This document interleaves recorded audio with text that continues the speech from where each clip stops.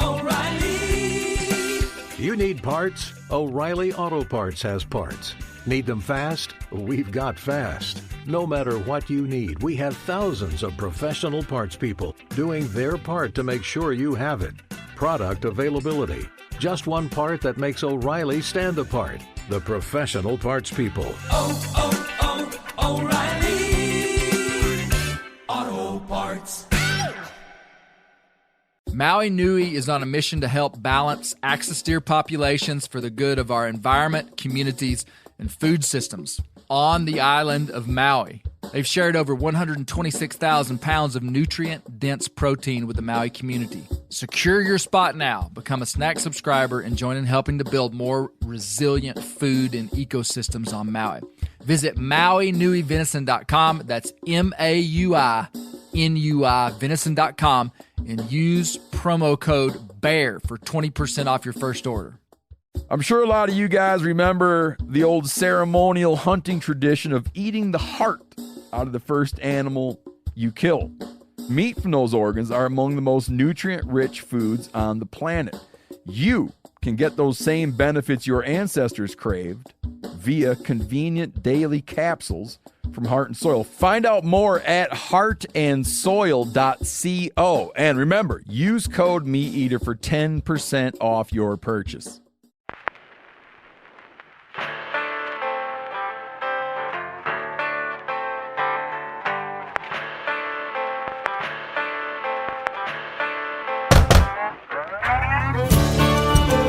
My name is Clay Newcomb, and this is a production of the Bear Grease podcast called The Bear Grease Render, where we render down, dive deeper, and look behind the scenes of the actual Bear Grease podcast. Presented by FHF Gear, American-made, purpose-built hunting and fishing gear that's designed to be as rugged as the places we explore.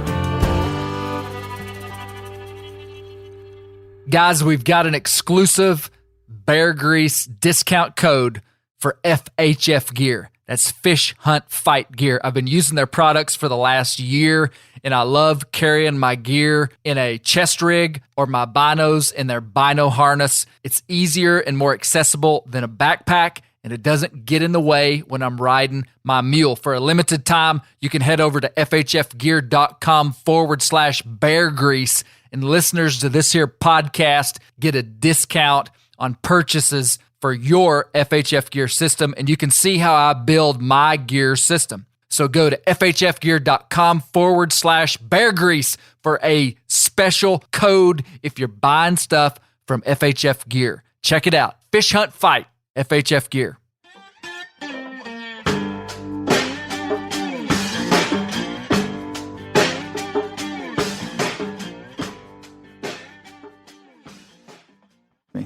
I don't think that made it to the actual podcast. Oh, it did. Oh, man, I must have missed it. I made sure it did. It didn't actually make sense. You just kind of threw it in there. And here's where Clay used the phrase code switching. Someone like Robert Morgan context. Hear me say code switching and agree that I had correctly labeled what we were talking about. Robert Morgan's so nice he wouldn't have disagreed. No, he wouldn't. Welcome to the Bear Grease Render. My, oh my, do we have an eclectic bunch of people here today? We do. Yeah, man. You got stood up by all your... I'm gonna. We may spend like the whole render just introducing people. That's great. Yeah. But all the regulars bailed at the same time. Of course, I guess am I not a regular? Yeah. Well, no, you're. I'm just your. You're not replaceable in my book. Thanks, Vince. I appreciate that. Only in Clay's. Only in Clay's. No. I recanted that. The old standby here. No. Thick and thin, Nuke. No, so Gary Newcomb is preparing for the Newcomb family bear camp. He's been scouting. Man, it's pretty awesome having a dad like I've got. I sent him essentially some waypoints. Like I told him some places, and I was like, go see if there's any bear sign there. And so he went and did it, reported back, no bear sign. Saved me a little bit of time.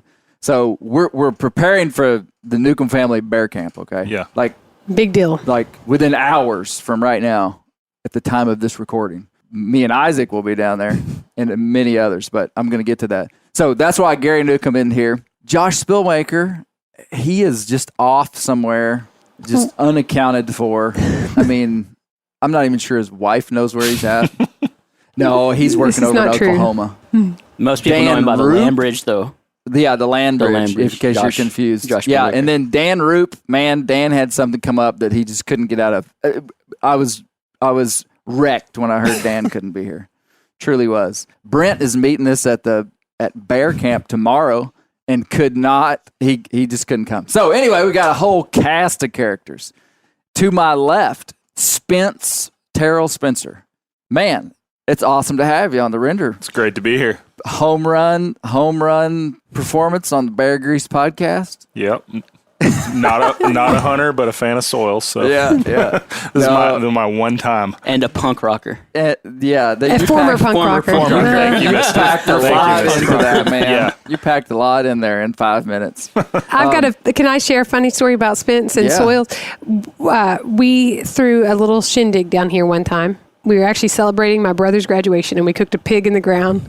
And somehow in the process, y'all kind of started nerding out on your crop soil environmental science knowledge, and you guys were working with a third person who had a degree in classical letters, whatever that is. And do you remember this? Yes, I remember it. And you guys and you said, "Man, I've always wanted my soil science to come in handy, and here it is." And you guys just started, kind of growing out. Yeah, exactly. Over both being soil science. What we had done is we dug a pit. Yeah. To cook a pig in the ground. The soil profile. Yeah, we were doing a small soil profile. Did y'all know I was on the University of Arkansas soil judging team? Wow. We came in last place. All the Mississippi schools beat us. Oh, really? It was a rough year, but I am a collegiate athlete. I consider myself. Well, and I mean, I hate to bring it up this quick, but your wife is the Cross County, Arkansas Rice Queen. Former. Yeah. I mean, this is big. Once a rice queen, always a rice queen. There's no former on that one. It's like being a Marine. And she knows about the Cumberland Gap. Is it okay to reveal Yes, that? I was gonna. So we tried to get Terrell's wife on here, and so I cryptically, a couple of podcasts ago, talked about someone that I did an interview with, questioned them about the Cumberland Gap, and they just nailed it. Just bam, bam, bam. Usually I'm trying to interview people that I know won't know, okay? I'm just going to tell you. No, that's not true. I'm just trying to take a sampling of humanity, okay? Just random sampling of humanity. So I interview Carla, and she knocks it out of the park. I mean, it was awesome. Yeah. You told me about it. She told me about it. Yeah. And then it didn't never. No one knows. But we knew. All we can do is talk about it and revel in the glory. Right. But for Spence, great to have you here, man. Yeah. Fantastic. Colby Moorhead. Enter To the his bear left. tech. Yep. Bear Hunting Magazine's very own Colby Moorhead. Man, I mean, I can't talk to you without saying this. Last time I saw you, you were on an altar getting married. True. I mean, I'm not trying to be dramatic here. True. I'm just telling the truth. Yeah, you were crowding us too. You were real close. Was it 2 weeks ago? 12 days ago? Yeah. The 11th. The 11th. Yeah. So congratulations, man. Thank you. Newly married man right here. Assimilating to new life. Yeah. That's Just glowing. fantastic. You're glowing? You're beaming. Good to have you. Good to have you. Thank you. To your left, Isaac Neal. Isaac, first time Bear Grease podcaster. Welcome, man. It's me in the flesh. Yeah. I first time on, really excited. Usually listen and then text you things unsolicited. Yes. I think last time was the guy who commented about the cover photo. I took that personally. Right. Yeah. I mean, I took that personally. And then I took that personally. So. Okay. Yeah. That needs a little Two explanation. translations. The image that is the Bear Grease image. That's me and Izzy, my mule. Isaac took that picture. Isaac was the photographer. so- and the guy said, "Don't let the cover photo fool you." I stood up. I said, how dare he? Yeah. I didn't stand up, but Yeah. I was offended. That's a great picture. Thanks. Like I saw that picture. I was like, that's a great picture. First time. It was mostly clay. I mean, to photograph an animal though, that's like a wild card. Well, no. So Isaac is a pro photographer. Yep. Still photographer. Yeah. Yeah, check him out on Instagram, Isaac Neal. I I'm an aspiring livestock photographer. I just can't get anybody to pay me for it. So I got to take Don't look pictures here, of Clay. Maybe you can come take pictures of your chicken. Yeah, that's what my wife's for. That's right. You got a pretty good photographer on your hands there. Yeah. Now, Isaac, you just got back from where? Where were you? We did a road trip, North Dakota, Montana, and Wyoming, grouse hunting. Grouse hunting. Yep. Wow. Yep. So we targeted sharptails and Hungarian partridge in North Dakota, sage and sharptails and Hungarian partridge in Montana, and then blues and sage in Wyoming. Man, you're talking about stuff I just don't have any reference for. To be totally honest with you, I thought there were like 2 upland birds until like 3 or 4 years ago. And my grandpa's one of the most avid upland bird hunters I've ever known, but I just thought there were quail and pheasants. Yeah. Come to find out, pheasants aren't even American. Right. Yep. And anyway, just diving into this whole world, it's been incredible. But I thought their tail feathers kind of had like the American flag stripes. That's what always threw me off. Yeah. Is there anything more American than stealing someone else's bird and making it ours? I feel like that's true. very good. That's the best part. The turkey. That's maybe unfair. Co-opting, stealing's harsh. Anyway, yeah, I got the call. You said, I need somebody for the render, so I flew in. I ditched my guys on the upland road trip. Yes. Hungarian partridge, are those native? I don't know. Surely not. Not with the name With the name Hungarian. We like to call things that are ours American. America. Right there on the front. Well, I mean, Native American word. listen.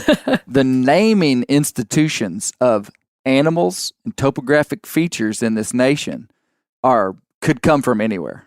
Yeah. I mean, for instance, our very own beloved Cumberland Gap, like we spent a whole podcast talking about. Cumberland Gap was named after the Duke of Cumberland, who was, on that podcast, I called him what did I call him? An earl? No, well, I mean, he's a Duke of Cumberland. I called him a derogatory name, like a chump. Okay. I believe I called him a chump. Yeah. I think it was chump. And I really evaluated that because I was like, I don't know this guy. But I did some research, and he was truly a chump. He was a real chump. Wait, could you? What are the criteria? What's the criteria for chumphood? Well, we better not get into that. Okay. But he was a real chump. Okay. You'll fill me in later. Yeah. All right. And a whole massive mountain range is named after him. So I could see somebody coming from Hungary area. Yeah. And being like, I'm naming this bird after me. Yeah. And my granddad back home, Yeah. So anyway, okay. It's a cool bird. It's like bigger than a quail, but smaller than a grouse. So y'all were using dogs? Yep. Yeah, we had French Brittany's, German short-haired pointers, Drahts, Vizslas, couple of labs. You know what? I think this upland bird stuff is just straight up off the chain. You know, used to in the South we had pointers and setters. Yep. Okay. And the only thing you'd talk about was the difference in the colors in your pointers and setters, whether you had a liver spotted pointer, or a black pointer, whatever. Yeah. This is almost like specialty coffee. Yeah. Like you talking about all these dogs and stuff. Now, you ever hear anybody refer to a bird dog as flashy? Never. Is there any crossover? If you have a liver spotted pointer, is that a flashy pointer? That's a good question. I think flashy is a really good adjective for pretty much anything. Yeah. Yeah. So that's a good question. Maybe we'll start. So yeah, hunting behind dogs. It's something that is truly beautiful. Like those guys, I get done and want to get in the tent or whatever. Those guys are up for another hour taking care of their dogs at the end of the night, whatever. Get up first, take care of the dogs. Yeah. Remarkable. Yeah, yeah. Still in introductions. I just want to say the Hungarian partridge was introduced from you. Okay. Okay, good. Nice fact check. Okay, to Isaac's left, Misty Newcomb. Welcome, Misty. Good to be here, always. Yeah, man, your name's been showing up a lot on the iTunes reviews. Stop that. Man, great to have you, Miss Newcomb. Good to be here. Fantastic to have you.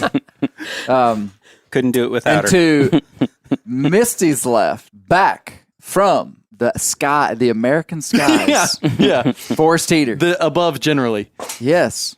Cloud Man, artist. good to have you, Forrest. Yeah, it's good to be on here. Have you flown since we last saw you?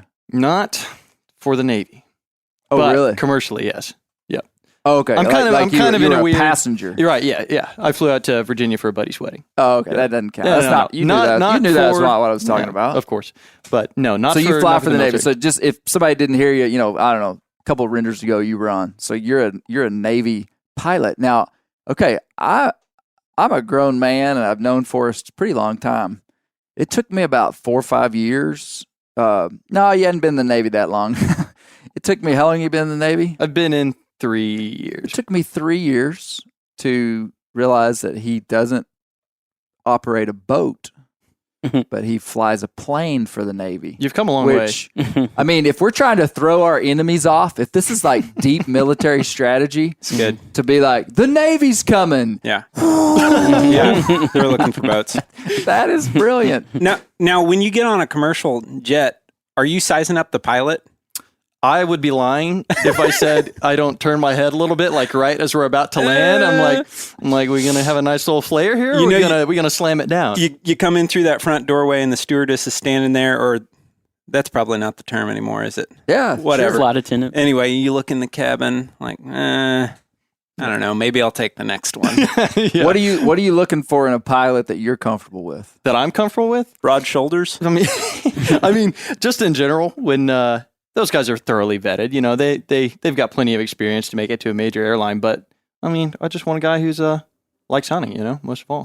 You want a hunting? Good listening here. I want a guy that I can stroll up to the cabin and be like, "Let me in, man." What would let me take the reins? Okay, you being a pilot, like if you just made eye contact with another human that you were about to entrust your life with 30,000 feet above the air. Like, what kind of vibes would you want to be getting from? Would you want him in sunglasses? Would you want him to look away once you stared at him? Would you want him to give you kind of like a open eye, like greeting? I think sunglasses is a prerequisite. It's like you just got to have it. You got to really. have it. You could be hiding so much though. But like, if you're going to be wasn't there that movie about the Tom Cruise being a pilot and my literal drugs and stuff? I don't have. I think you're getting a couple movies confused. There's a For the lot. record, I don't watch movies. Okay, I've never seen Top Gun. I believe that. This is not a joke. Literally, like we are issued sunglasses. Like when in Florida, when we start our flight training, you go and you get your cool gear and like your flight suits and everything. You're like, wow, I'm the best pilot in the world, even though I've never flown a military aircraft. But like, I'm gonna be. They literally give you like these sunglasses. They're nice sunglasses. They're Randolph, I think, is the manufacturer. So it's like that's a prerequisite. Like you're gonna have those. Really? You're gonna have. like, Well, I think it's functional. It is. Yeah, it's Right? definitely. It's not so that you can look like Tom Cruise. It's because I mean, sometimes the sun's in your eyes. right. Especially, I would think the And you sun can't would do be in your anything eyes about a it. lot. Yeah, If and it's that'd be sunset and you got to significant. fly west, you got to fly west. You know what I Right. mean? So, but yeah, other than that, with sunglasses off, just someone who's cool, laid back. Okay. Want someone that when things go wrong, he's coming. Is it true that I take a lot of comfort in this? Is it true that the commercial airlines are so autopilot-ish that there's really a whole lot of human moving parts inside of flying one?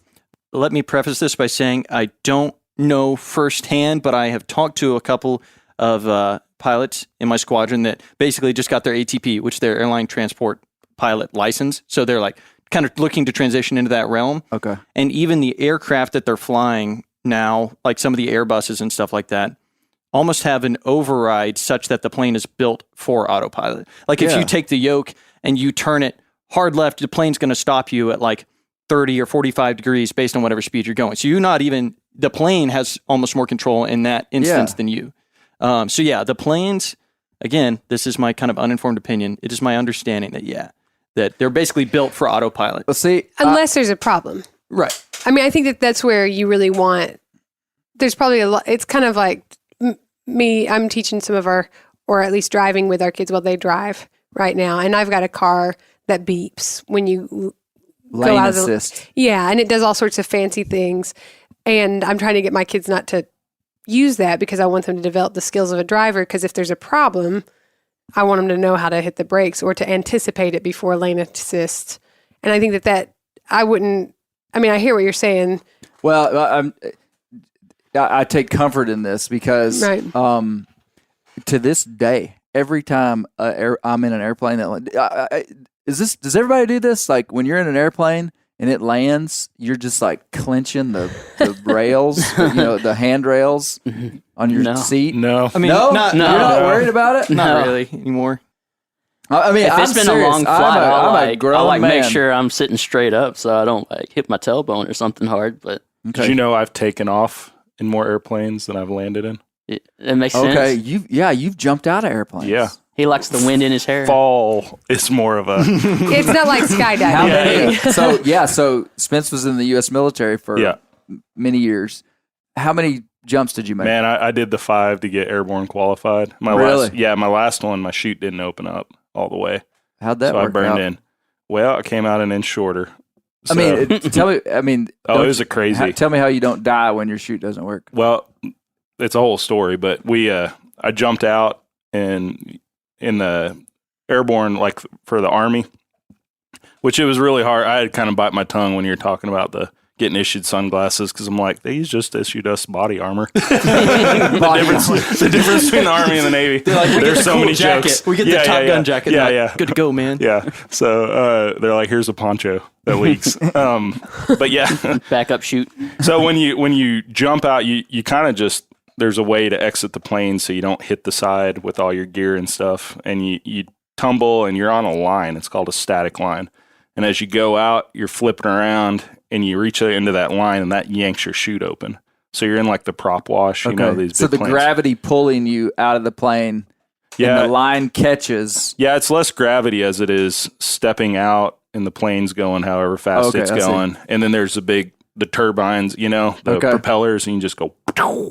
And so anyways, that did it, but I had a bad exit because I was pushed out. Not because I wasn't ready to go. I was the first guy, and the jump master was kind of trying to be funny, and I was waiting. There's a little green light, and when the green light goes on, you're supposed to hear go, and then you jump. And it went green, and I looked at him, and he didn't say anything, and then he pushed me out, which is like terrible. So I hit the side of the plane, then and I got, when my chute came open. This is like Rambo. Oh yeah, it was like all twisted up. First Blood Part 2. Clay has seen every Rambo movie though. Yeah, that was the last movie I watched. Yeah. If anything's changed I wish since I knew then, I don't know what it is. He has seen a lot of Rambo. You hit the side of the plane. Hit the side a lot of of the Rambo plane, analogies. spun around, yanked open, and my chute was all kind of twisted up. If you've ever played with like a toy parachute, that's all twisted up. So I was going down, and it would kind of inflate, and then I had another guy that was wrapped in my lines because he jumped out. And then and finally I got it up, and you're only about 800 foot above the ground when you jump. And so I was like, I got it up, and there's a reserve only 800. And there's a reserve you pull. But if you pull the reserve, it's like a guaranteed broken leg. Like, oh wow, yeah. I mean, it's like it's just going to keep you from dying. Yeah, because you come down like flat on your back because it's on your belly. And so, anyways, I finally got it up. About, I don't know, I was about halfway down. I got it to deploy a little bit. Okay, so you got untangled, came off the side of the plane, and then you're just like free falling. It got it. Now and your it would chute's flare up in the air, but it's tangled up, and so I was able to get it. It all happened very quickly, as you can imagine. And then another guy kept getting tangled up, and he would run on top of my chute. Like he was coming down faster, and so like he would go pump, pump, pump, pump, and it would collapse my chute. And so we're at this point we're about 200 foot above the ground, and it's all trees. We're running out us. of time here. Yeah. So then I just essentially just hit the ground. I hit the trees, hit the ground. So you didn't pull your emergency chute? No. So the chute must have been opened enough that it slowed me down. Yeah. Wow. And I got it to flare right before I hit, but it was about the equivalent of falling off like a 3-story building. And I went, hit some trees and went head first in the ground. So are you serious? You were shorter? Yeah. Really? Oh yeah. Where'd the inch go? I don't know. Somewhere in Georgia. Somewhere in Georgia. What's the time frame on something like that? Like from the time you jump out to the time? It's about probably 15, 20 seconds, if I remember correctly. Wow. Because it's fast enough that you have a good chance. I think they want like no more than a fifth of the people to be hurt. So it's fast enough but it's also, it's slow enough to keep you from everybody getting hurt, but fast enough that it's hard to shoot you down when you're going through there. Oh, okay. So there's a practicality. There's some practical. Forrest, when they gave you your sunglasses and Top Gun jacket, did you have to like do anything dangerous? Well, we did do our parachute training, which was, of course, us on a zip line doing the completely non-dangerous version of this. So we did the parachute training. It's like, hey, man, if you ever eject, it's like, feet together, knees together, and you kind of just try to like do the worm onto the ground to kind of absorb the impact. Nice. We didn't have to actually jump out of planes. If you have to, as a that's pilot, amazing. Yeah. Army guys had to jump out of planes. Pilots got the zip get line. the It's like an zip amusement park zip ride. line, Yeah. sunglasses, and Top Gun jacket. Did you go to dance school to learn the worm first? No, we did karaoke training for how to sing You Lost That Love and Feeling. I like it. I like it. And to kind of tie it up, having made that 5th jump, I got this little merit badge. And then in military parlance, I was called a 5-jump chump. Whoa. Oh, wow. So bringing it back to the Cumberland It comes Gap. full circle. Jump, Everything. jump. Me and the Everything Duke of comes Cumberland. back We had 5 jump. Daniel jump. Boone. in the chump Wow. club. So there was just this week, the Missouri Department of Conservation. It says public cooperation leads to multiple arrests for gross over limit of squirrels. Did y'all see this? 471. I saw that on the 471? Meat Wow. Eater page, yeah. Yeah, is Group that of- the charred squirrels? The group Yeah. of 16 had been hunting for 2 days and harvested 471 squirrels. What? Okay, aside from like just the many things that probably were happening here, I'm impressed. if you put me and Michael Lanier and like the best squirrel hunters I know and gave us, how many days? Couple 2 of days. days. 2 days to kill 471 squirrels, we'd be scrapping. So these boys are some squirrel hunters now. I think Yeah. there's many questions like, where do you get you and 15 of your closest friends who all want to go squirrel hunting? Yeah, no doubt. I can barely find one or two. Yeah, there's a lot of unanswered questions. Yeah, and the clearly picture of the squirrels, they're all like charred. Clearly, Yeah. they They look like burned a the hair pile off. of burned rats. Yeah. Is what it looks like. Yep. You Yep. know, when I saw it, because I actually saw it on the Meat Eater Instagram page, and I had a lot of initial questions about what was happening here and why. Yeah. But I thought, these could just be, because this is Missouri, there's some major cities in there. These could just be some suburban guys who got squirrels in Yeah. their Well, attic they and were got in- upset. I mean, I think I've had one squirrel in our Yeah. attic, and I could understand how it would drive you to that level of 400 squirrels frustration. would probably do it. And I was so angry I that's could like have turned a my 170 more. You see what I'm saying? There was a clue inside of here is that they were non-resident squirrel hunters. Oh. Okay. Dang out of staters. So Do they have dogs? they were out of staters. They were out of staters. They have dogs? Well, I'm wondering if It doesn't say. I don't think so. an urbanite person experienced this, the squirrel in the attic, and then it drove them to the woods. Right. I'm going to take out this aggression. That's what I one was. way or That's another. exactly Yeah. what I thought, and it made sense to me how a squirrel could do that to a Yeah. person, how it could become a personal thing. Man, So I- what we in gotta a get these guys on the podcast.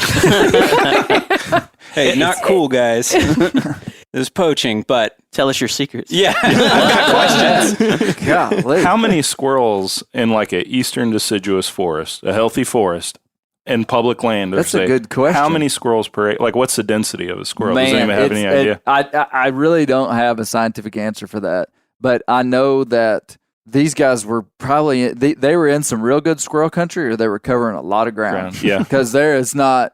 I mean, we have a hard time in the Ozarks killing a limit of squirrels, Which with is what? dogs. What's or the knowing limit? that they're there and not. 10, Yeah. 10 a day, 10 a 20 day? possession in Missouri. per person, right? So it'd be 320. So they were 160 over, Yeah, 150 over. So other than my theory of just Yeah. personal aggression, Reason? why National would someone? The squirrel cook-off?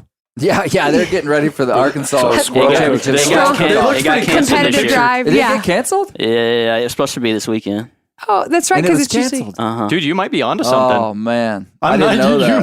might really be onto Yeah. something. No, They're stocking up. My buddy Joe Wilson up in Bentonville, Arkansas, puts on the World Championship Yeah. Squirrel Cook-Off. There's a podcast did about it. Yeah, we did a podcast with it. It's really a cool event where they cook Yeah. all these squirrels. There are some cultures outside of Southern people that deeply value squirrel meat, and I would assume that these people were some of those kind. So they're Love either. some squirrel meat. So Yeah. they intended it to eat it. Oh yeah, 100%. They probably were gonna. They weren't just By the very fact spree. that they burn the hair off of them tells you that they were probably going to use the skin in some way. Yeah. I mean, because typically we would skin a squirrel. Yep. And, the hide would just be refuse. Yeah. So they were going to cook those suckers whole. Mm-hmm. So, Put them in the air fryer. So really, you're talking like they killed an extra 5 squirrels a person over 2 days. Negative. Way more than that. 16. Well, at the limits, 150. 2 so days. 5 per day. So that's half your daily limit over. 50% over. Okay. So it'd be 15 person a day. They weren't good 10. with math. Pretty complex math for bear grills. I'm just saying. This is not good with math. Yeah, that was good. I'm lost as well. That's the good thing Do you about think that was the not being defense? What's that? I'm not good with math. Is that the defense? That would have been my defense. That's a good reason that I don't have to worry about getting over my limit of squirrels. Yeah. Just not that good a squirrel hunter. Yeah. Yeah. Just send you off on a mule and say, remember, the same amount as your fingers. Go get them. Yeah, do like a lanyard off of each hand. Yeah. Just add one of each stitches. You go. Yeah.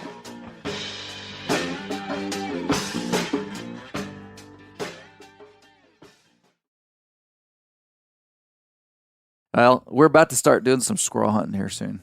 It's about time. Let me know. Yeah, for sure. I got a mule that needs to be ridden. Yes, you do. Yeah, you do. Yep. I'm taking your mule with me today. Oh, cool. Yeah, I am. Yeah, I'm taking two. I'm taking Izzy and Ace. Yeah. To bait our backcountry bear bait over there. He's a pretty solid fella. Yep. He is. Yep. He Always. Sure is. So one of the mules that I keep here is Colby's mule. So yeah. Hey, Soils from the Earth, the podcast. Massive gamble to have the audacity to think that we could entertain people. Because I think people come to podcasts. People don't come to podcasts just to get taught something. I mean, you go to college and listen to someone lecture to get taught something, and you have to pay to be there, and that's the only reason you go, and it's not fun. People come to a podcast to kind of be entertained, kind of learn something, but mainly to be entertained. And this Soils podcast, we've kind of had in the hopper for a while. And but the one thing that Soils do is that fits into the bear grease, the idea of bear grease, is that I knew that it would be insightful for people that don't have much knowledge of the soil. So because that's what I do love stuff that when you go into it thinking you understand something and then really getting some insight out of it. I mean, that was my experience as I studied soils 20 years ago in Dr. Miller's class. It was just like, wow, this is fascinating. What did you think, Colin? Yeah, I really liked it. Actually, my wife, which is kind of weird to say, was in the truck with me listening to it, and she's like, man, this is really interesting. She really liked it too. It was eye-opening. I think the part that I liked the most that was Dr. Woods and just how all the things that he had learned and done just out of his own energy, and to pursue it. And that was really cool just to hear someone that's doing something. And whenever I didn't read the description or anything, but whenever I started listening to it and heard what it was about, I was like, man, I hope Spence is on there. Oh, really? You forecasted that he was going to be there. Yeah. When I heard his voice, I was like, feels good to be right. But and then just seeing what happens to a pasture pre and post Spence bringing his kid of poultry out there. It's really cool to see what changes inside of just on a small scale inside of that environment. And so that over several years, it would be really cool to see. I mean, even thinking about owning land, I'm thinking, man, I'd love to be able to try to do something like that and just make it better than when I took it over, with that or the guys at Land and Legacy with putting in native species and making a cool environment and just controlling that atmosphere. So I was like, man, soils, this is going even deeper than I thought. Yeah. Because growing up, we always fertilized our gardens, tilled it up. It's knowing. What'd you fertilize with? Triple 13. That's right, man. Triple 13. That's right. Triple 13. What is triple 13? It's a mix of stuff. It's a chemical it's fertilizer. It's a synthetic. It's the most common fertilizer Got when you it. go to the Okay. feed store. Okay. It's got the NPK, your nitrogen, phosphorus, potassium. Yeah. Yeah. I thought it was interesting that I wouldn't have known it that chemical fertilizers, nitrogen fertilizer, was developed by Germans. Yeah. the Germans, The by the Nazis. Haber process, Yeah. I think, is what it's Wow. called. Yeah. Yeah.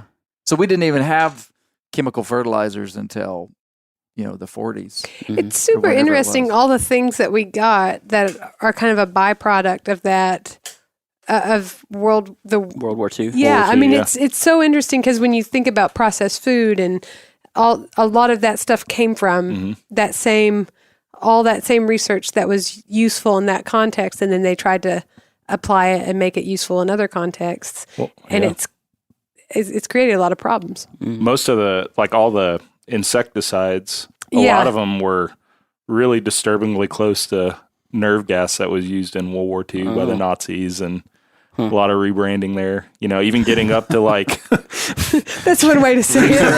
Rebranding. but Who marketed that? and the Dr. Wood was that Dr. Woods. Dr. yeah. Woods? He mentioned that. He's like, it's in agriculture. That's the big thing. Like, I was listening to a football program, like for the University of Arkansas, and one of the sponsors of the program was an herbicide company, for rice farmers, and it's just, you can't make money unless you're selling to farmers, and so all these things are there to get sold. Well, it's you can't really talk bad about fertilizer because it's such a complex system. Yeah. It is, And I yeah. hoped that inside the podcast it didn't feel like an attack on agriculture, because and I thought Dr. Woods did a good job of saying that these farmers are fitting inside of a system, just Yeah. like the chicken farmers are, Spence. Just Yeah, like you absolutely. said, there's people that grow for these big organizations, and to grow for those organizations, you have to fit inside of this shape of being a chicken farmer. And you said that you guys are outside of that system. Yeah. And I mean, I've got good friends in the Delta. We all do, probably, in this room. I married into a rice and soybean family. Yeah. And I mean, so that's why I said that really what needs to happen is a reformation. A reformation is not just let's do things different. It's let's change the whole system. And I mean, that's a big bite, because there's all these farmers that have their whole lives and their whole everything they do is built inside of a current system that does work for them financially. Right. And that actually came from its own, I mean, the Green Revolution. Norman Borlaug won a Nobel Peace Prize because some of genetically modified wheat so that it could feed more people. The idea behind some of these things was to actually feed people. a hungry, a growing population on planet Earth, and in places that didn't have optimal weather conditions. And it has had byproducts. But I mean, originally the motive for some of these things, some of the things inside that system, were actually humanitarian. They're wonderful things. So how do you do that? Like, that was really a question that I kind of had even after this research for this, is like, what do you do when a system is not really sustainable, but it fuels everything right now in the present? Because what we're saying when we're looking back at civilizations in the soil is that the current way we're doing things is pretty much guaranteed, at some point in the future, the system's going to break. Yeah. I mean, is that your interpretation? Well, yeah. And I mean, I if think we're talking about 10 years, no. Right. But if we're talking about civilizations like Babylonia and Mesopotamia, these guys did stuff for 1,000 years, and this baseline kept moving of what was normal. And here we are, this extremely young nation. I mean, we've been having agriculture for 150 years or so in this country. And then it's depends where you're at. Yeah. I mean, big Midwest agriculture for sure. You're talking about 1850s. But in Dirt, that book that we were talking about, the Erosion of Civilizations by David Montgomery, I think is his name. He said he correlates the rise and fall of civilizations not so succinctly with just erosion, but he said it's, we look, major civilization lasts 1,000 years, and they erode their dirt in about 1,000 years, right? And then he brings it up to present and says, we're on track to do it in about 250. Which starts making you, I mean, I was thinking about this on the way down here, the idea that we have removed ourselves as a culture from the way we produce food. And this is something I've talked about a lot with hunting, where it's like, I think you should participate. If you're going to eat meat, you should participate and know what it feels like to kill something, because that has a weight and a gravity that will make you cherish this product. It will make you understand everything that went into it. And in the same way, agriculture, it's like we're eroding soil. When the soil's gone, we don't have food. When we don't have food, we're gone. Like, it's a very big problem. Yeah. But I think what you're looking at, though, it's not just agriculture, it's a human problem. It's that we're like blips just our lives are like flashes. And our capacity to radically alter the system that moves on just a completely different time scale. And whether it's agriculture, whether it's education, whether it's politics, whether it's like the national debt in America. I mean, all these things we know, like, this isn't sustainable, but we're kind of, it's that, the sunk cost fallacy, or there's a economic term where we kind of just put so much into it. We can't turn around now.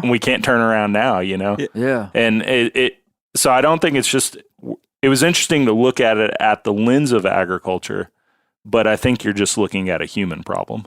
You have a book up there on the shelf called The Unsettling of America by Wendell Berry, and he talks about renewable energy.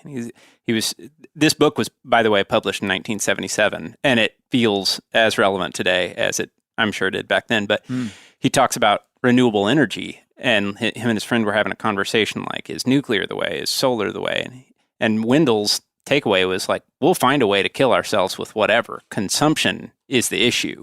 Well, it seems to be a consistent problem. You know, what you said about a human lifespan is the issue at hand, because we are, and I think that's what fascinates me about looking back at history and about seeing all these old guys and studying them and studying about the earth, is that we are, it sounds cliche, but it's true. We are here for such a short time. It's kind of like a grass fire. You think about a grass fire. A grass fire, there's this one small little edge that all the attention is on, and it's moving across the landscape, and everything behind it's burned, and everything in front of it is not burned. And if you were to turn loose people to deal with it, all you could think about would be that edge of the grass fire. You wouldn't be looking ahead. But how do they put out grass fires? A lot of times they go way in front of the grass fire and fix a break up there. But now, this idea of reformation is a word that we use sometimes, just about how the system is broke. And man, that's a hard thing to say, because, I mean, I'm thinking of people's faces and names that I know that are farmers, that they're making a good living. They're happy inside of the system, but it's certainly not the best system. But well, I even think of it's kind of like not knowing you're sick. Especially with Dr. Woods, he talked about, settlers, when they walked across, or when they could ride their horse through the woods and not lose their hat. Because the trees were so high. Because if you ride a mule, his ears block the limbs. So it doesn't knock your hat off. But, you think of the chestnuts, and when you hear like what forests look like, or the woods 200 years ago, it's radically different than what I would consider, look at this good stand of hickory and oaks out in this holler. Mm-hmm. Yeah, and it's like we're trying to preserve things that we don't even know what they were. We have land on one of the rivers around here, and there's a huge erosion problem. I've got farmland with cut bank, and it's cost me thousands of dollars a year. We knew it when we got it. It's just, we're trying to figure out how to deal with that. And my whole viewpoint was radically shifted by this 84-year-old cattle woman who still builds her own barbed wire fence. We're on the other side of the river, and we're talking about the river and the gravel mining that had set all this off. And she's like, oh, well, the river didn't even used to be here, right? She's like, I learned to swim. And she points across the valley, or to the other side of where the ground goes up, or the ridge. She says, I learned to swim there in the 40s. And that's where the river used to be, and then they were digging all this gravel, and the river jumped, and it's been like that for decades. Wow. But there were no aerial maps back then. Yeah, or, or if so the river meandered a lot. They dug gravel They were digging gravel next to the river. Oh, so it cut an oxbow. And it just hopped over to where man had been. Wow. So on around. your land? Yeah. So the river wasn't even there? It wasn't. And like, it's mind-boggling to sit there because there's like beavers and there's and it's real pretty and we want to restore it, but the thing is, it's like you're not really restoring it. Yeah, so it's just all they're not black and white questions. They're like and I thought, and it's good to think about these things. The other part to that, it was just so fascinating to me, is that the Ozarks were terraformed by Native Americans before Europeans got here. So this, like, even that picture that we were getting back to was like carefully managed by seasonal burns and the Tell undergrowth. me what you mean by terraformed. Shaping the earth. Okay. It's so like when the Europeans got here, there had not been, and Brooks Blevins talks about this in his book, but there wasn't any year-round people living in the Ozarks. Right. They were just coming in. But even so, they were changing the landscape to aid them in their hunting and their gathering. If you take out the undergrowth from trees that produce mass crops, you can graze animals under there. It's just like, so we walk in and I heard somebody describe it as we thought we were in an Edenic paradise, but really it was just the hard work of the Native Americans who had come before, and then we extirpated them, and then we were like, this is perfect, and then everything changed. And yeah, which is not, it's not to say any of that is bad. It is to be, for me, it's like be cognizant of the good ways that you can steward the land, because there was a sustainable system in place that I was just out west and there's wildfires everywhere, but we've sort of eschewed the use of controlled burns. I don't know. Yeah. Seems like a great tool to mitigate some of that fuel. Yeah. Yeah. What made you want to do this podcast over soils? Like you said, it'd been in the hopper a while. Well, just my initial fascination with soils in Dr. Miller's class. Like I said, I came into his soil. I said I studied soils almost by accident, which was very true. Man, I didn't even want to go to college. I really didn't. Like if Gary was here, he could tell the whole story. But I mean, in our family, you went to college. And that was because my grandfather, Lewin Newcomb, was the first Newcomb that ever went to college. And it was a big deal back in the 40s to go to college. You know, these poor rural people in Arkansas going to college. Well, he came out very adamant with his kids about the way you make yourself in this world is go to college. So he just pounded into Gary Newcomb's head, you got to go to college. And so Gary Newcomb pounded that into me such that it almost, I didn't want to go, almost in probably not rebellion. It wasn't straight rebellion, but it was just like, I'm not sure if this is as important as you think it is. You didn't want to be shackled. Well, and then I got married and I decided that it was good for me to go to college. And I went to college and I never really used my degree for anything. Because when I got out of college, I started working for myself. And I worked for myself until a year ago when I started working for Meat Eater. But that college education was incredible for me. Truly was. And you might get the sense that me and Dr. Miller are like best friends. He didn't remember who I was. Like I walk in his office and he goes, I'd emailed him and been like, hey, I'm a former student. You were my advisor. I'd like to do this podcast with you. And he was like, sure, come on. And I get in his office and he goes, yeah, I think I remember you.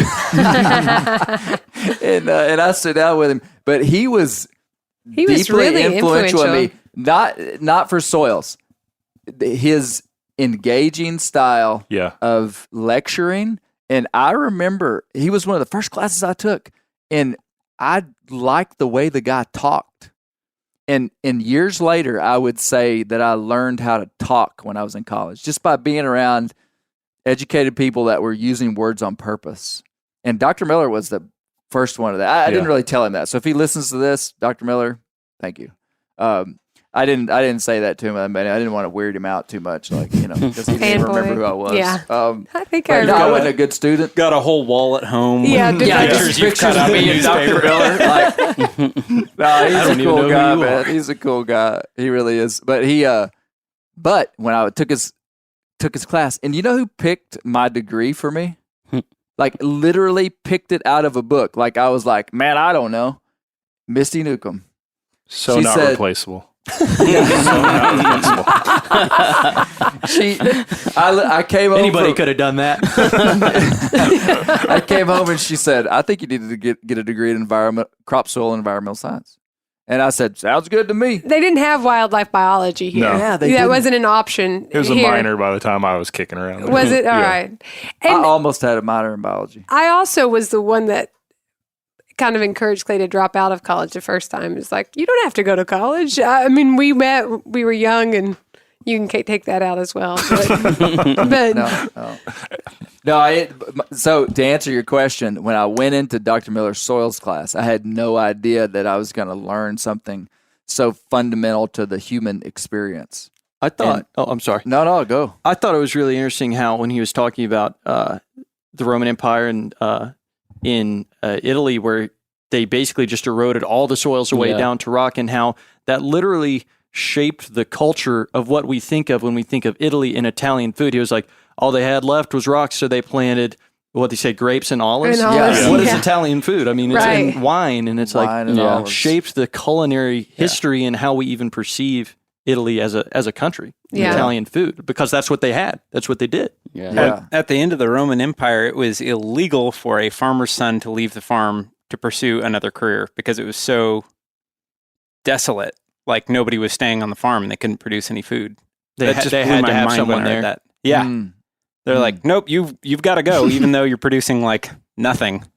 That's crazy. Well, you think of like in the Middle East, talking land flowing with milk and honey, and all these like areas that we look at that are desolate now. Like, what do they look like? Yeah, back, and I think what's someone 1,000 years from now going to think about? The plains of the U.S. Like I've seen pictures from the Dust Bowl, and it's mind-boggling. Like I saw this one where there's one like blue stem plant, or it's some prairie grass, and it's on a 3-foot pillar of soil, and everything else around it is gone. And so it was the root system. Wow. This one holdout plant, MVP of the prairie. But I mean, it's like it's a chest high on a guy that's walking by. Wow! But all that, like Dr. Miller said, 2 feet of soil in like a day. Yeah, that's pretty crazy. We actually watched a documentary. There's a Ken Burns documentary on the Dust Bowl, and Ken Burns spares no detail. They're very in-depth documentaries, and it was so interesting how just a man-made disaster. It was pretty wild.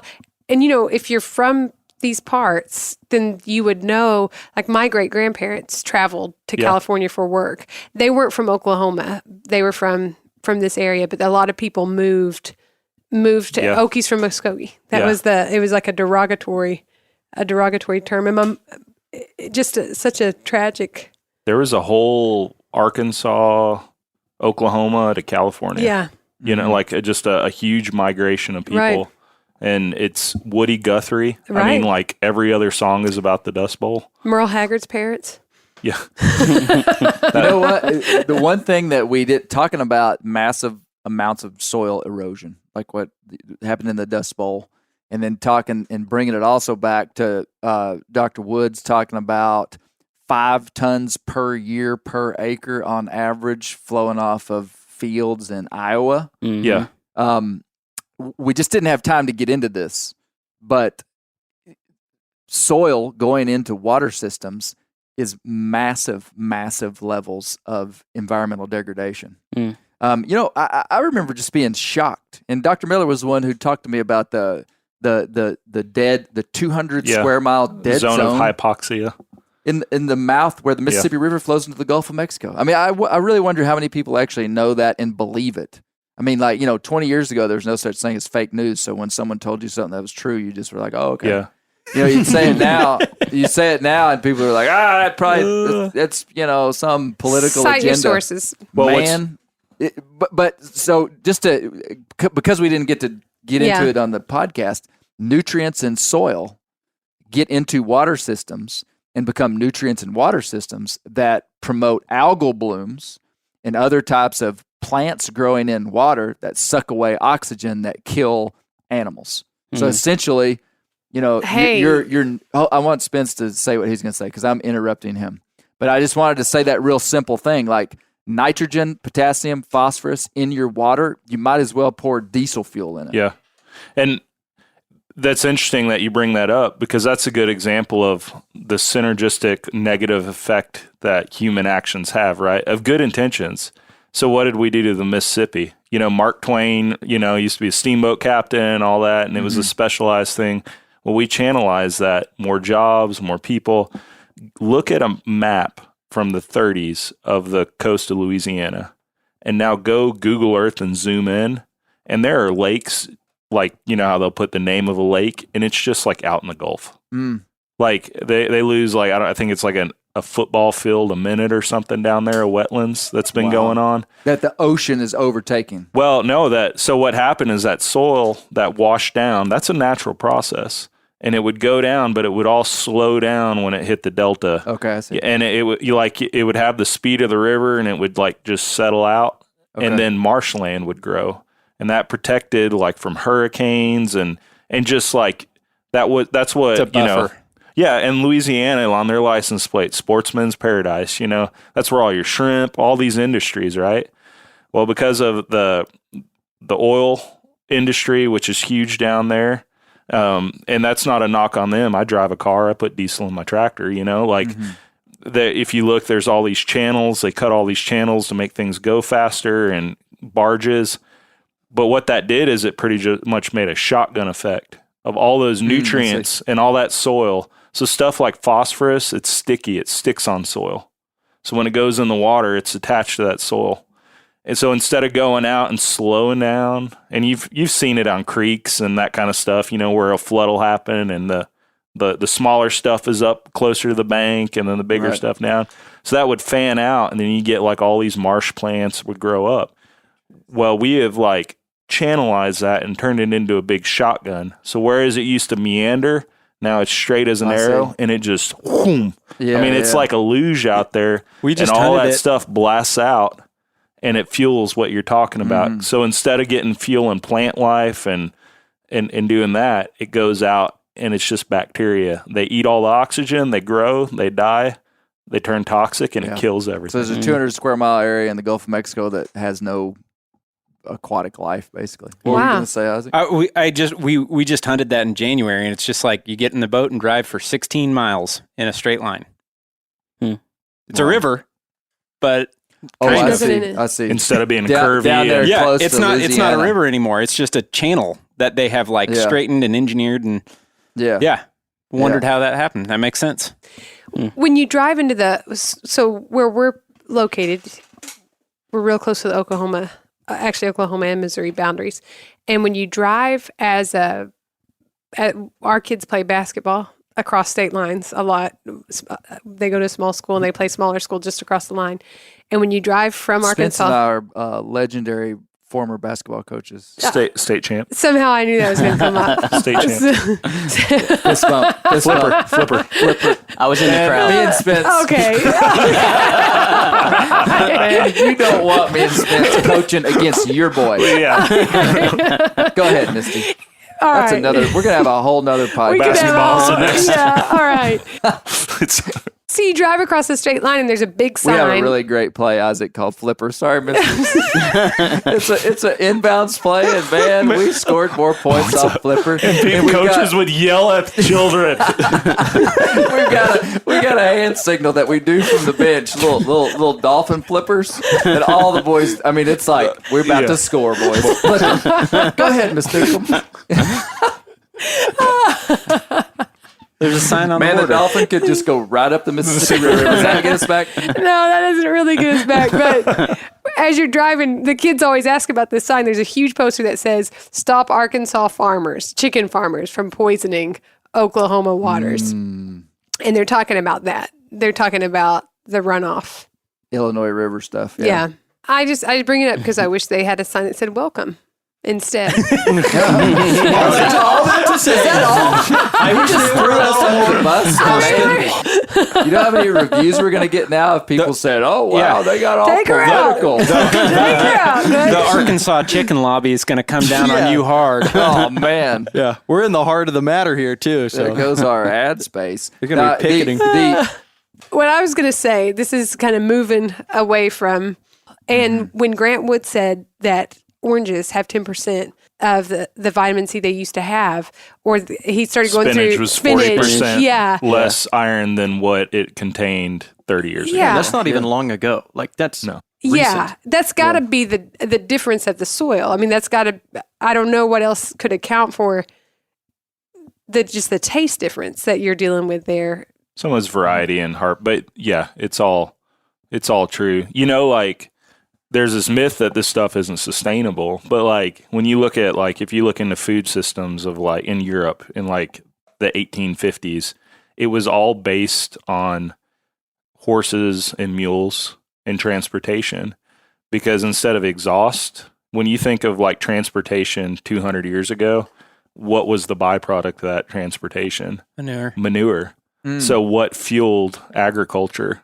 Manure. When you go to Europe, there's actually like soil types that are, because of the manure, like you can identify where over centuries the manure additions. So like, it's not that humans can't manage and can't live without being destructive. We can. It's just not the way we're doing it now. You know. I see. And so there's just these qualities of flexibility and change and just being cognizant of aware of the impact we have. And a lot of those things, you find them in the hunting community. I don't hunt, but I know a lot of hunters. You took a swing at it. I dinged a doe, and then Dinged a doe. and then I was like, I could grow a lot more chicken than what I've spent on dinging this doe in the time. So I think it's kind Stay of. in your lane. I mean, because we've seen it over thousands of years, it's just antithetical to human nature to kind of be conscious of what's going to happen after we die. people don't want to do it, and that's what it takes. You know, like you said, people in Europe have had that sustainable, I guess, lifestyle and the way that they operated because of the byproduct of, their transportation, things like that. But I mean, the things in Iraq from thousands of years, people moving and turning in once the Fertile Crescent, the cradle of civilization, and turning it into a wasteland. It just takes a conscious effort from people. It's not what we're wired to do. I don't think is to think beyond our lifetime. Mm-hmm. I'm glad you brought it back to death, because I thought the green burial was super interesting. And I'm considering it. I'm considering getting rid of the coffin from under my bed. I just don't know where I'm going to take my naps now. You don't want to mess with your kids and your grandkids? Yeah, I'm going to have to find a new napping spot. I just have a hole in my field I pop out of and scare my truck. That, and when I shock gobble my domesticated turkeys. Oh yeah. And so the big joke with my daughter is, hey, you know how I make my turkeys gobble? She'll be like, no, Daddy, don't do it. And I do like a super loud crow call right behind her. So that's funny. Those are funny. Yeah, I like green barrels, though. Jokes aside. I didn't realize it was a thing. What was so ridiculous about it is that we even thought anything about it. I mean, how do you think they buried people? The Egyptians mummified people, and we've had some kind of embalming thing for like a very short part of human existence. Most humans that have ever been born on this planet died, and within 24 hours, they were in the ground. Yeah. Man, that is dust. the truth. Or like a lot of sky burials from certain native cultures. Okay, that's right. Yeah, just all very natural, though. Yeah. I had a buddy just die unexpectedly recently, and the hoops that his wife had to jump through to not go to a funeral home and stuff like that. Like the cemetery wouldn't dig a hole for him because they're like, we're not going to do it if it's not going through a funeral home. Wow, this got really deep real quick. Because it pollutes the ground. We got to hear more of this It pollutes story. the ground. It pollutes the ground. They finally found a cemetery, and incredibly, they dug the hole with his own backhoe. It was incredible because if you knew the guy, it was like, this is perfect. Because the only regret, other than him dying, was that he was not able to tell the story, because he was one of the best storytellers in the world. Was this an old guy or young guy? Young guy. Really? Yeah, but Yeah, he had loaned his backhoe to somebody. It had broken down. They had just gotten it fixed. Found a plot. His buddy built a pine box, basically, put him in it. Had to rent a U-Haul truck to get it over there. We had to figure out how to get him in the ground with tow straps. It was like that weird laugh cry thing where this is ridiculous and somebody's going to fall in the grave trying to get the box in here. But wow, it was just perfect. Yeah. Wow. Yeah. Let's just flow through this like this is no big deal. This is a big deal, Isaac. Wow. But it was a cool experience because it was like an alternative to what I had seen modeled, but it was also just kind of remarkable because, I mean, it happened, I think, 36 hours after he had passed. So like having to make that happen because he wasn't getting embalmed and all that stuff. But it was kind of weird to think like to just do it naturally or relatively naturally is a burden. Yeah. Well, and it goes back to Clay, you talked on the Daniel Boone, like people they were comfortable with death. Yeah. Like in society now, we insulate it all, like whether it's food. Like one of the big drivers to people not eating meat is thinking that an animal has to be killed. When you put that animal out in the wild and you think me at the processing plant's bad, you should see a raccoon. Yeah. Yeah, I mean, like take it in the face by nature. Yeah. And it's just it's not human. Yeah. I mean, like there's something missing from the human experience. And I think that's what I got out of this. Like you did this beautiful reading from Hillel, who was the author, Out of the Earth. And man, when it talked about Adam and Eve, and I mean, it's just, there's something when you hear that, like in my heart, at least, there's something like, this is like base level humanity. It's like that phrase, deep calls to deep. Yeah. I mean, when I hear that stuff, and it, like when I'm out in my field and I'll just sit down with the birds or the critters, or probably when you guys are out hunting, like I used to quail hunt a lot, gamble quail in Southeast Arizona growing up, or I'd go fishing with my grandpa. And it's that same thing. It's like to just feel that your context. Mm-hmm. I mean, because like as much as modern life, it's like an illusion, but humanity has been intricately connected and still are. Absolutely. Like everything that we all are soil. Yeah. It could come in a plastic package, but it started off in the ground. Yeah. And someone tended that thing by hand at some point. Yeah. So I think these things just hit on basic humanity. That's what that's why at the end of the podcast, and I hope people listen to the end, but there was no call to action, so to speak. It wasn't like, go join this organization or go do this or do that. It was just like, hey, if you're a human, this is stuff all humans ought to know, number one. And then number two, my only call to action was next time you're out in a wild place, scratch back the leaves, scratch back the dirt, pick up a handful of soil, look at it, compare the ancientness of that soil to your life, and then know that the very atoms of your body will one day be soil. And just see how that makes you feel when you think about that, because it's true.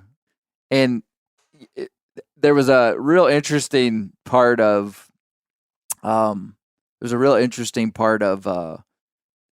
interview I did with Dr. Miller that I did not put on there, where one of my first soil classes at the university, I vividly remember who said it, remember where he was, but he said, it wasn't Dr. Miller. He said that the very carbon atoms that are in our body, which carbon would be in all types of different arrangements in our body, but a carbon atom itself, or any kind of atom that's in the elemental table, would of itself be this building block that could not be altered.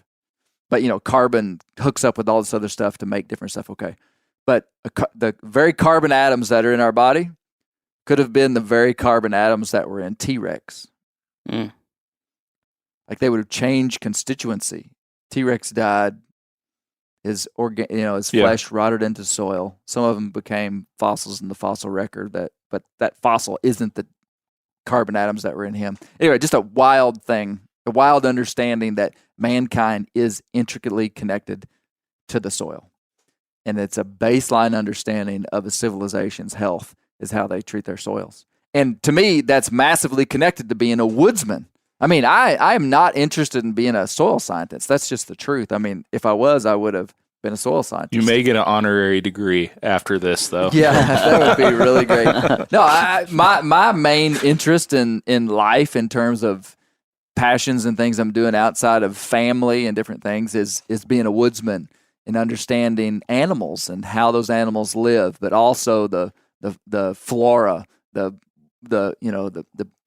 plants and trees and their cycles and all that's so fascinating, deeply connected to the soil. So, to be a woodsman is to understand the big picture of what's going on, not just being able to go out and kill 417 squirrels.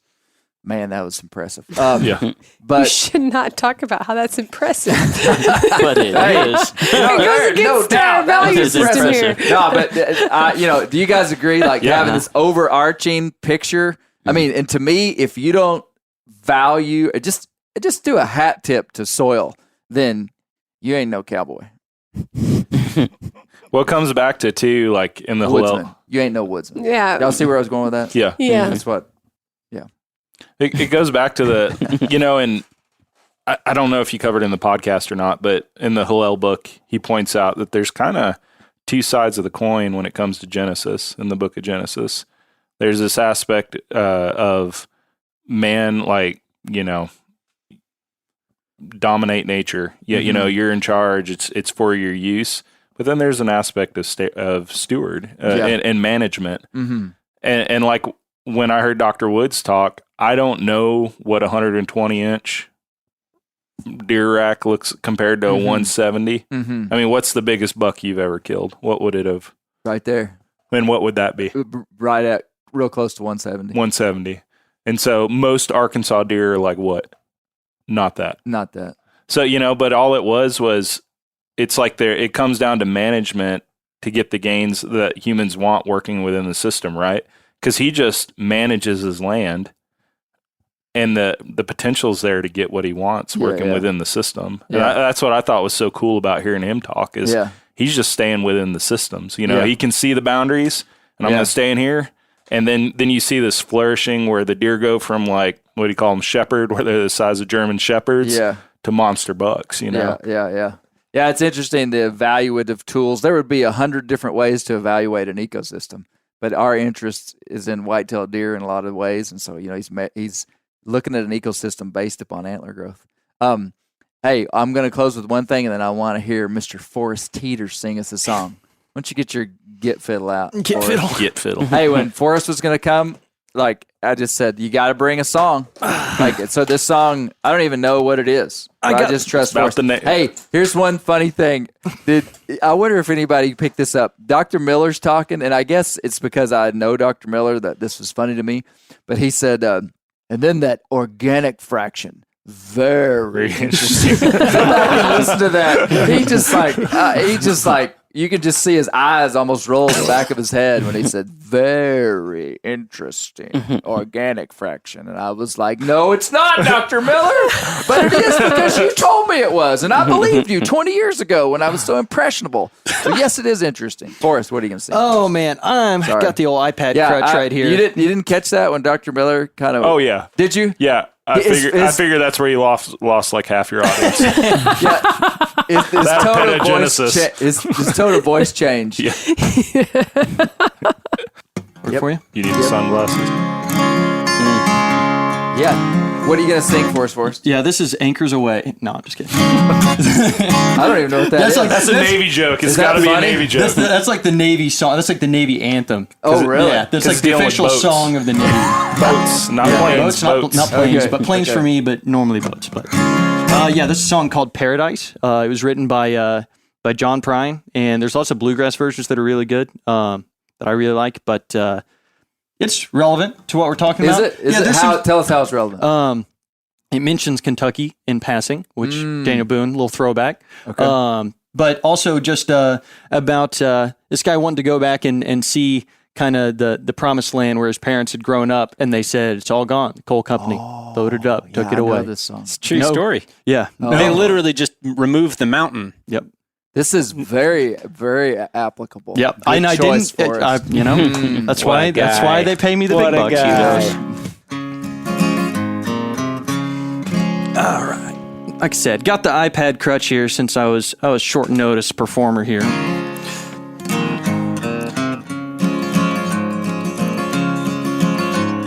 When I was a child, my family would travel down to western Kentucky, where my parents were born. There's a backwards old town that's often remembered so many times that my memories are worn.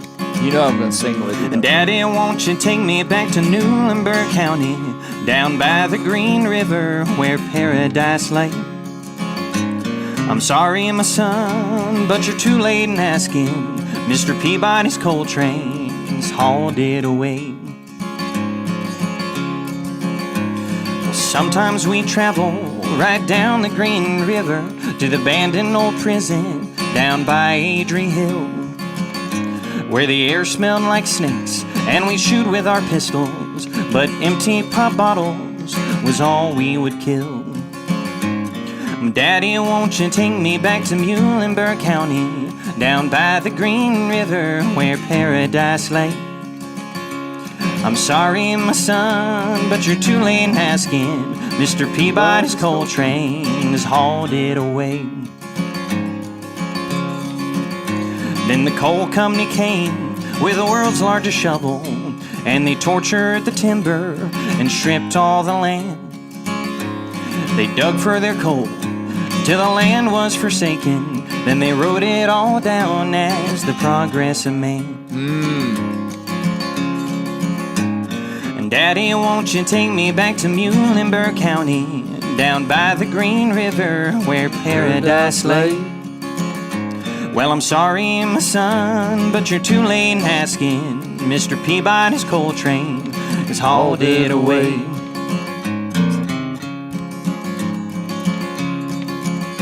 When I die, let my ashes float down the Green River. Let my soul roll on up to the Rochester Dam. I'll be halfway to heaven with paradise waiting, just 5 miles away from wherever I am. And Daddy, won't you take me back to Muhlenberg County, down by the Green River where paradise lay? Well, I'm sorry, my son, but you're too late in asking. Mr. Peabody's coal train has hauled it away. Awesome. Oh, that was a perfect song, man. It ended up being all right. Dude, perfect song. Glad I could provide. Excellent. Well, thank all you guys for coming.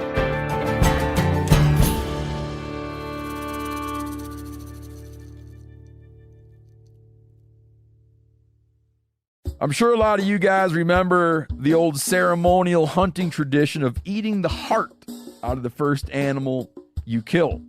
Meat from those organs are among the most nutrient-rich foods on the planet. You can get those same benefits your ancestors craved via convenient daily capsules from Heart and Soil. Find out more at heartandsoil.co. And remember, use code MeatEater for 10% off your purchase. Maui Nui is on a mission to help balance axis deer populations for the good of our environment, communities, and food systems on the island of Maui. They've shared over 126,000 pounds of nutrient-dense protein with the Maui community. Secure your spot now. Become a snack subscriber and join in helping to build more resilient food and ecosystems on Maui. Visit MauiNuiVenison.com. That's MAUINUI venison.com and use promo code BEAR for 20% off your first order.